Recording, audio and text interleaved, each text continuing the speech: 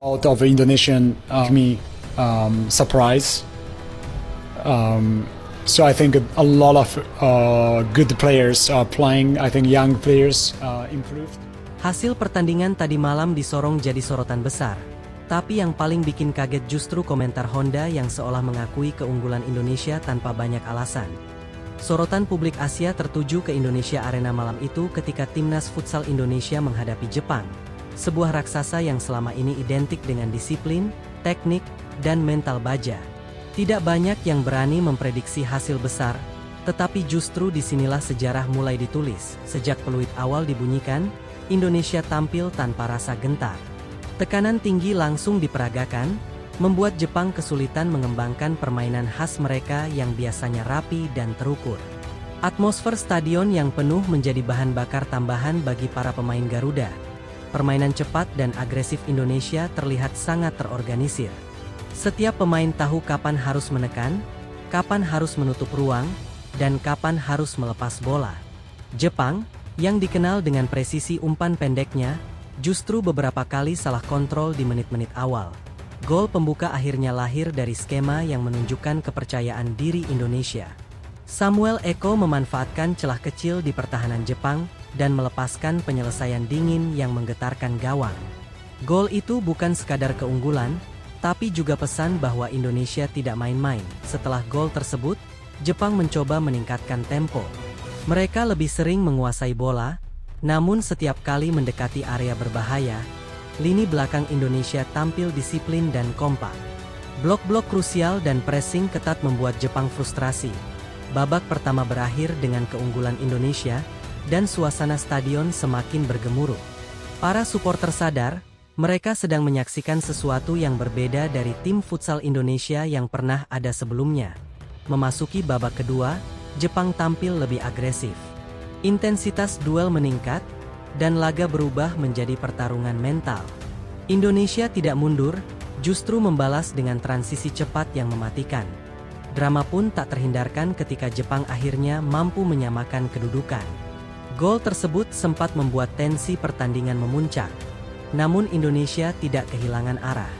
Alih-alih panik, mereka tetap bermain dengan skema yang sama. Pertandingan berubah menjadi adu serangan. Skor sempat imbang, lalu kembali berubah, mencerminkan betapa ketat dan panasnya semifinal ini. Setiap gol disambut teriakan ribuan penonton yang seolah tak ingin duduk. Nama Kazuya Shimizu sempat menjadi momok ketika ia mencetak gol penyama kedudukan. Namun respons Indonesia sangat cepat. Mereka kembali menekan, memanfaatkan kesalahan kecil Jepang yang mulai terlihat goyah. Waktu normal berakhir dengan skor imbang, memaksa laga berlanjut ke babak tambahan. Di titik ini, stamina dan mental menjadi penentu utama.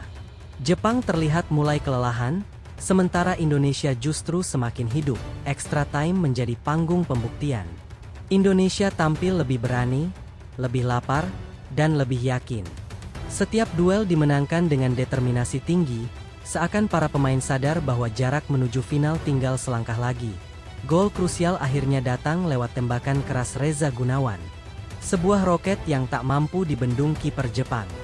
Gol itu membuat stadion seolah meledak, dan secara psikologis memukul telak lawan. Setelah gol tersebut, Jepang mencoba segalanya. Mereka bermain power play, namun justru membuka ruang di lini belakang. Indonesia memanfaatkan situasi ini dengan sangat cerdas. Gol-gol tambahan lahir dari ketenangan dan kedewasaan bermain. Indonesia tidak terburu-buru, memilih momen yang tepat untuk menyerang dan mengunci kemenangan. Skor akhir 5-3 menjadi penanda malam bersejarah.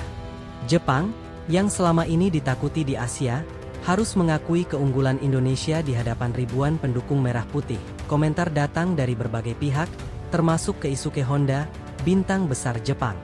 Ia mengakui bahwa permainan Indonesia sangat rapi, presisi, dan membuat para pemain Jepang tidak berkutik. Menurut Honda, Indonesia tampil dengan struktur yang jelas dan disiplin tinggi.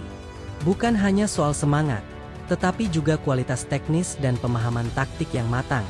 Ujian tersebut menjadi validasi bahwa kemenangan ini bukan kebetulan. Indonesia menang karena memang tampil lebih baik di banyak aspek permainan. Bagi futsal Indonesia, kemenangan ini adalah lompatan besar. Bukan hanya soal lolos ke final, tetapi juga soal membangun rasa percaya diri bahwa Indonesia kini sejajar dengan kekuatan besar Asia. Peran pelatih Hector Souto juga menjadi sorotan. Strateginya berjalan sempurna, rotasi pemain tepat, dan pendekatan mentalnya terbukti efektif di laga krusial. Para pemain menunjukkan kedewasaan yang jarang terlihat sebelumnya. Mereka tidak terpancing emosi, tetap fokus, dan mampu mengendalikan permainan di saat-saat genting. Indonesia Arena malam itu menjadi saksi bagaimana futsal Indonesia berevolusi. Dari tim yang dulu dipandang sebelah mata, kini berubah menjadi ancaman serius. Kemenangan ini juga memberi pesan kuat kepada lawan berikutnya. Iran, raksasa Asia, kini tahu bahwa Indonesia bukan sekadar kuda hitam. Laga final yang akan datang bukan hanya tentang trofi, tetapi tentang harga diri dan mimpi panjang futsal Indonesia. Para pemain membawa harapan jutaan rakyat. Euforia kemenangan ini terasa di seluruh negeri. Media sosial dipenuhi kebanggaan, pujian, dan keyakinan bahwa era baru futsal Indonesia telah dimulai. Bagi generasi muda, kemenangan ini menjadi inspirasi. Bahwa dengan kerja keras, disiplin, dan kepercayaan diri, Indonesia bisa berdiri sejajar dengan yang terbaik. Sejarah telah ditulis, tetapi cerita belum selesai. Final menanti, dan Indonesia kini melangkah dengan kepala tegak dan hati penuh keyakinan. Apapun hasil di partai puncak nanti, satu hal sudah pasti. Malam kemenangan atas Jepang akan selalu dikenang sebagai titik balik futsal Indonesia. Dan di bawah sorot lampu Indonesia Arena, Garuda Futsal telah mengepakkan sayapnya, siap terbang lebih tinggi di panggung Asia. Hasil pertandingan tadi malam disorong jadi sorotan besar. Tapi yang paling bikin kaget justru komentar Honda yang seolah mengakui keunggulan Indonesia tanpa banyak alasan. Pernyataan itu langsung menyebar cepat dan memicu reaksi luas, terutama dari publik futsal Asia yang tak menyangka Jepang bisa ditekan sedemikian rupa oleh Indonesia. Honda menilai permainan Indonesia sangat rapi dan penuh presisi, membuat para pemain Jepang kesulitan menemukan ruang sejak awal laga. Ia juga menyoroti intensitas dan keberanian Indonesia yang terus menekan tanpa takut nama besar lawan, sesuatu yang jarang dihadapi Jepang di level Asia. Komentar tersebut seakan menjadi pengakuan tak langsung bahwa kekuatan futsal Indonesia kini sudah berada di level yang berbeda dari sebelumnya.